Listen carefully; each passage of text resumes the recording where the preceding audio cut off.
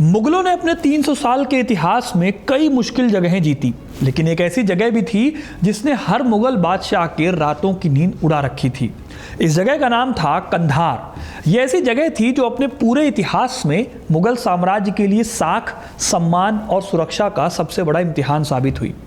आज अगर आप अफगानिस्तान की पहाड़ियों को देखते हैं तो वहां सिर्फ उथल पुथल दिखेगी, लेकिन 17वीं सदी में यह मुगल और फारस के सफ़वी साम्राज्य के बीच एक महायुद्ध का अखाड़ा था। क्या आपने कभी सोचा है कि दुनिया के सबसे अमीर एम्पायर्स में से एक मुगल सल्तनत अपनी पूरी ताकत झोंकने के बाद भी एक छोटे से किले के सामने क्यों हार गई? क्या यह मुगलों की सैन्य कमजोरी थी या फिर कोई और फैक्टर था जिसने उनको जीतने ही नहीं दिया? मैं बात कर रहा हूं कंधार की। कंधार का यह किस्सा शुरू होता है बाबर के सपनों से और ख़त्म होता है औरंगज़ेब की उस कड़वी सच्चाई से, जहां उसने मान लिया कि कुछ सपने साम्राज्य को ख़त्म भी कर सकते हैं। इतिहासकार सतीश चंद्रा अपनी किताब में लिखते हैं कि कंधार मुगलों के लिए सिर्फ पत्थर का ढांचा नहीं था, यह उनकी तैमूरी विरासत का एक अटूट हिस्सा था। बाबर से लेकर शाहजहां तक हर सम्राट को लगता था कि जब तक कंधार उनके पास नहीं है तब तक उनकी तैमूरी साख अधूरी है। साल 1522 की एक कड़कड़ाती सर्द रात को ज़हीरुद्दीन मोहम्मद बाबर, जो अपनी मातृभूमि फरगना से उज़्बेकों द्वारा खदेड़ा जा चुका था, वो कंधार की ऊंची दीवारों के नीचे खड़ा था। बाबर के लिए कंधार को जीतना सिर्फ एक मिलिट्री अचीवमेंट नहीं थी, यह अपनी खोई हुई प्रतिष्ठा को वापस पाने का पहला बड़ा कदम था। लेकिन उसे शायद अंदाज़ा नहीं था कि वो अपने वंशजों के लिए एक ऐसी विरासत छोड़ रहा है जो आने वाली सदियों तक मुगल शहजादों के खून और शाही खजाने को दीमक की तरह सोखती रहेगी। आज हम इसी कहानी को जानेंगे, कैसे कंधार ने मुगलों को बहुत हद तक पीछे ढकेला, कैसे इस एक किले को जीतने के लिए बड़ी बड़ी लड़ाइयाँ लड़ी गई और खजाने को लगभग खाली तक किया गया, लेकिन फिर भी ये किला मुगलों का पूरा नहीं हो पाया। वीडियो को पूरा देखिएगा इस कहानी को जानने के लिए, क्योंकि अपना इतिहास नहीं जानोगे तो खुद को कैसे पहचानोगे। कंधार की कहानी को समझने के लिए यहाँ के भूगोल को समझना जरूरी है। कंधार की ज्योग्राफी ने कई सेनापतियों को घुटने टेकने पर मजबूर किया। इतिहासकार सतीश चंद्र के मुताबिक ये शहर हिंदू कुश की दक्षिणी ढलानों पर करीब 1000 मीटर की ऊंचाई पर बसा था, जो इसे नेचुरल डिफेंस देता था। ये वो एंशिएंट ट्रेड रूट भी कंट्रोल करता था जो काबुल को ईरानी पठार और मध्य एशिया से जोड़ता था। उस दौर में जिसके पास कंधार होता था, उसके पास मान लो आप कि भारत के उत्तर पश्चिमी दरवाजे की चाबी भी थी। लेकिन एक बादशाह सिर्फ एक ज़मीन के टुकड़े के लिए इतनी बड़ी जंग क्यों लड़ेगा जब तक उसमें उसका कोई मुनाफा न दिख रहा हो? कंधार शहर भी एक ज़मीन के उस टुकड़े से काफ़ी ऊपर था। यह शहर सिल्क रूट के रास्ते पर पड़ता था। सिल्क रूट का मुनाफा और सेंट्रल एशिया से आने वाले वो घोड़े जो हिंदुस्तान की सेना की रीढ़ होते थे, कंधार इन सब के ट्रेड में शामिल था। भारत की गर्म और नम जलवायु में अच्छी नस्ल के जंगी घोड़े पैदा करना लगभग इम्पॉसिबल था। इसीलिए मुगल सेना की पूरी घुड़सवार ताकत इसी व्यापारिक रास्ते पर टिकी हुई थी। काबुल और कंधार मिलकर मुगल भारत के लिए दोहरी सुरक्षा दीवार का काम करते थे। एक भी हाथ से निकल जाए तो पूरा उत्तरी पश्चिमी मोर्चा खुला मैदान बन जाता था, और साथ ही वो सप्लाई लाइन भी टूट जाती थी जिसके बिना कोई भी मुगल सेना लंबे टाइम तक मैदान में टिक नहीं सकती थी। इसीलिए जब मुगल भारत आए तब कंधार की इंपॉर्टेंस बढ़ती चली गई। बाबर के बाद उनके बेटे हुमायूं के दौर में कंधार का किस्सा एक ड्रामा में बदल गया। जब शेर शाह सूरी ने हुमायूं को हिंदुस्तान की गद्दी से बेदखल किया तो वो दर बदर भटकते हुए फारस के शाह तहमास प्रथम के दरबार में जा पहुंचे। शाह ने हेल्प तो की, सेना और संसाधन तो दिए, लेकिन इसकी कीमत भी वसूली। शाह चाहता था कि हुमायूं मदद के बदले कंधार की चाबियां फारस को सौंप दे। उधर हुमायूं ने भी अपनी खोई हुई गद्दी वापस पाने के लिए इस शर्त को मान लिया। साल 1545 में फारसी सेना की मदद से हुमायूं ने कंधार को जीता और शुरुआती समझौते के मुताबिक उसे फारस के हवाले भी कर दिया। लेकिन कुछ ही समय बाद हुमायूं ने एक बड़ा दांव खेला। उसने धोखे से फारसी सेना पर हमला करके कंधार वापस छीन लिया। इतिहासकारों के बीच आज भी इस बात पर बहस है कि शाह की यह मदद केवल एक कूटनीतिक सौदा थी या इसके पीछे शिया सुन्नी राजनीति का गहरा असर भी था। जो भी हो, इस धोखे के बाद मुगल और सफाविदों के बीच में वो दुश्मनी शुरू हुई जो सदियों तक खिंचती ही रही।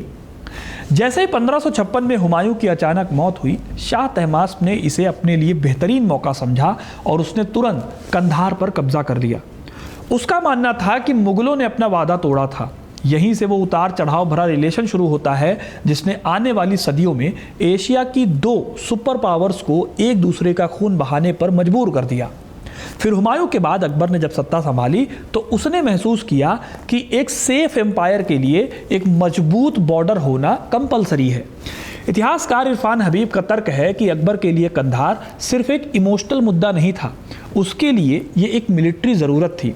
उज़्बेक शासक अब्दुल्ला खान का खतरा उस वक्त तेज़ी से बढ़ रहा था और अकबर जानता था कि कंधार अगर हाथ से चला गया तो काबुल का रास्ता किसी भी हमलावर के लिए खुला मैदान बन जाएगा। 1595 में अकबर ने अपनी डिप्लोमेसी और सैन्य धमक के दम पर बिना खून बहाए कंधार को वापस मुगल झंडे तले ला खड़ा किया। लेकिन क्या ये जीत परमानेंट थी या सिर्फ आने वाले तूफान से पहले की कुछ वक्त की खामोशी थी? अकबर के काल तक सब कुछ ठीक चला, लेकिन आगे के बादशाहों के काल में कंधार पर मुगलों का दांव कमज़ोर होता चला गया। जहांगीर के शासनकाल को अगर हम देखें तो हमें पहली बड़ी दरार इस काल में दिखती है, जहां मुगल दरबार की अंदरूनी साजिशों ने साम्राज्य की बाहरी सेफ्टी को खोखला करना शुरू कर दिया। यहाँ पर एक नाम उभर कर आता है, नूरजहां। फारसी मूल की नूरजहां का असर जहांगीर और मुगल दरबार पर इतना गहरा था कि इसने शुरुआत में मुगल और फारस संबंधों को मजबूत तो किया, लेकिन बाद में यही रिश्ता शहजादों के बीच डिस्ट्रस्ट या अविश्वास की जड़ बन गया। दरबार में अब हर फैसला सिर्फ मिलिट्री की ज़रूरत से नहीं बल्कि इस बात से भी होने लगा कि किसका बेटा गद्दी पर बैठेगा।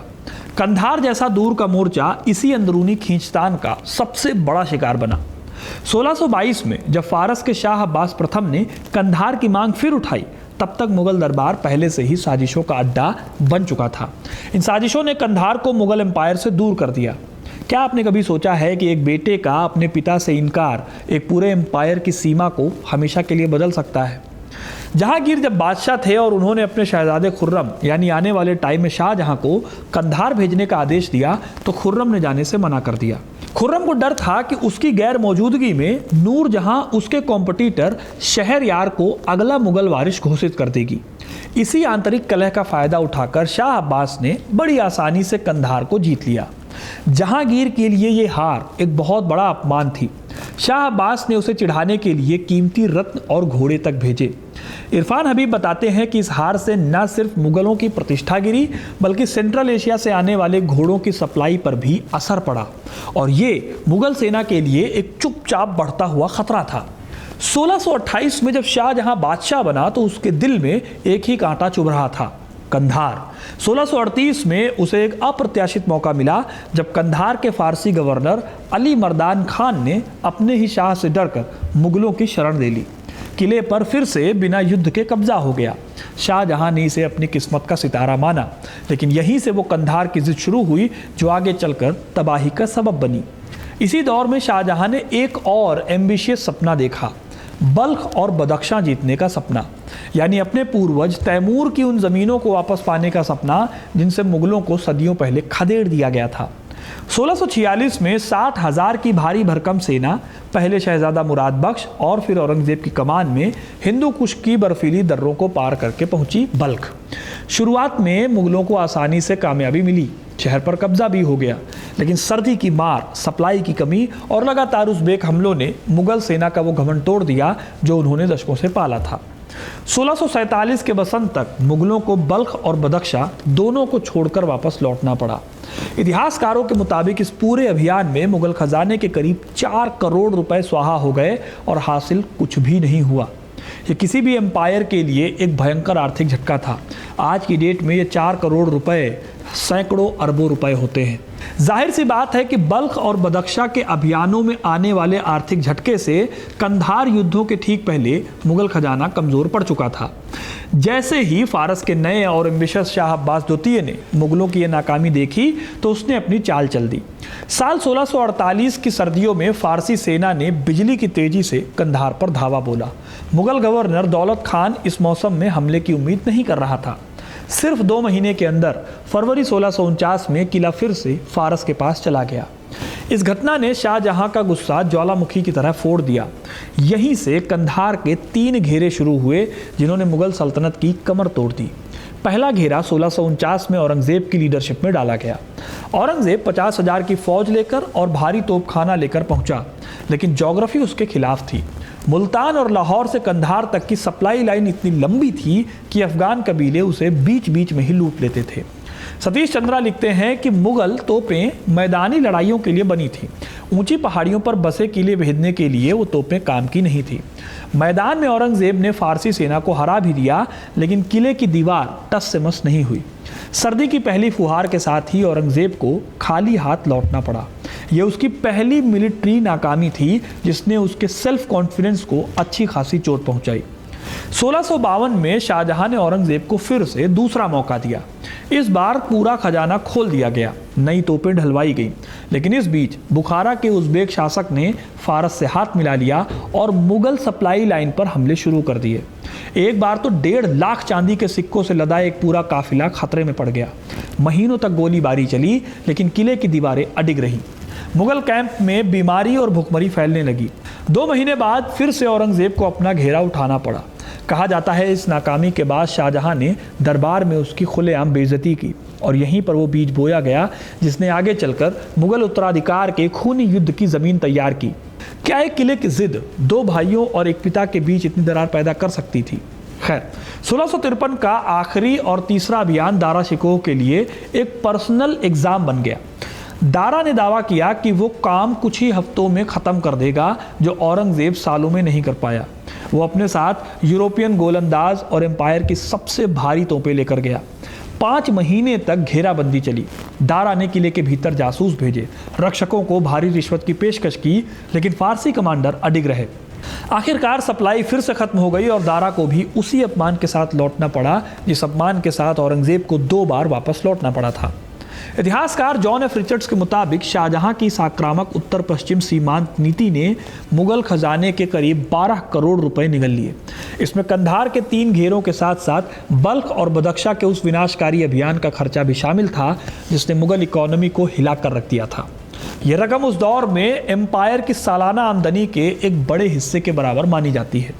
एक ऐसा आंकड़ा जो कभी किसी भी सल्तनत को घुटनों पर ला सकता है, ये उतना बड़ा आंकड़ा था।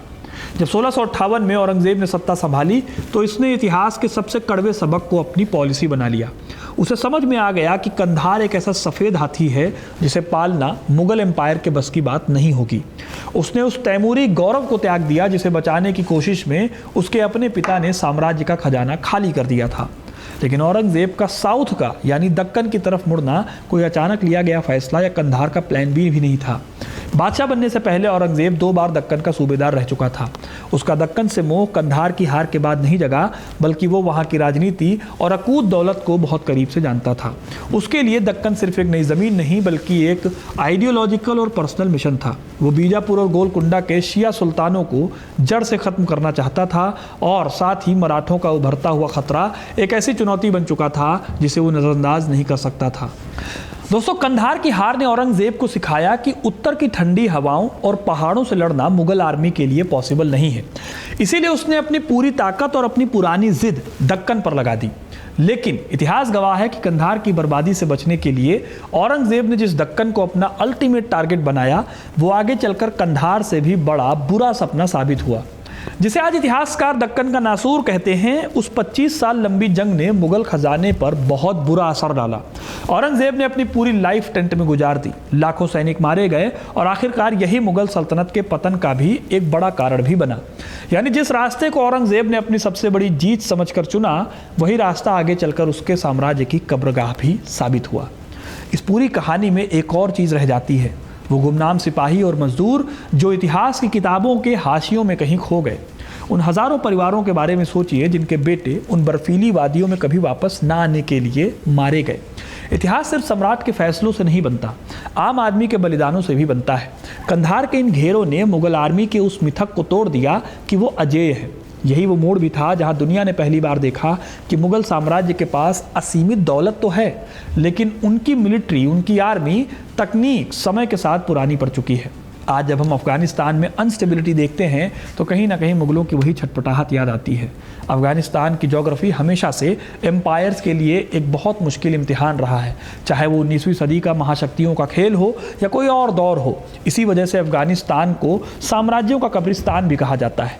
मुग़लों ने भले ही कंधार को खो दिया, लेकिन उस हार ने उन्हें साउथ की मिट्टी में अपनी जड़ें गहरी करने पर मजबूर किया, भले ही वो ज़मीन आगे चलकर उनके अंत की वजह भी बनी। आखिर में सवाल खड़ा होता है कि क्या कंधार का ये स्ट्रगल मुग़ल पतन की शुरुआत थी? शायद इतना सीधा जवाब देना जल्दबाजी होगी। हालांकि इतना ज़रूर कहा जा सकता है कि ये उस बेमिसाल बेहिसाब एक्सपेंशन का एक साफ साफ मैसेज था जिसे कोई भी एम्पायर लंबे टाइम तक नहीं झेल सकता।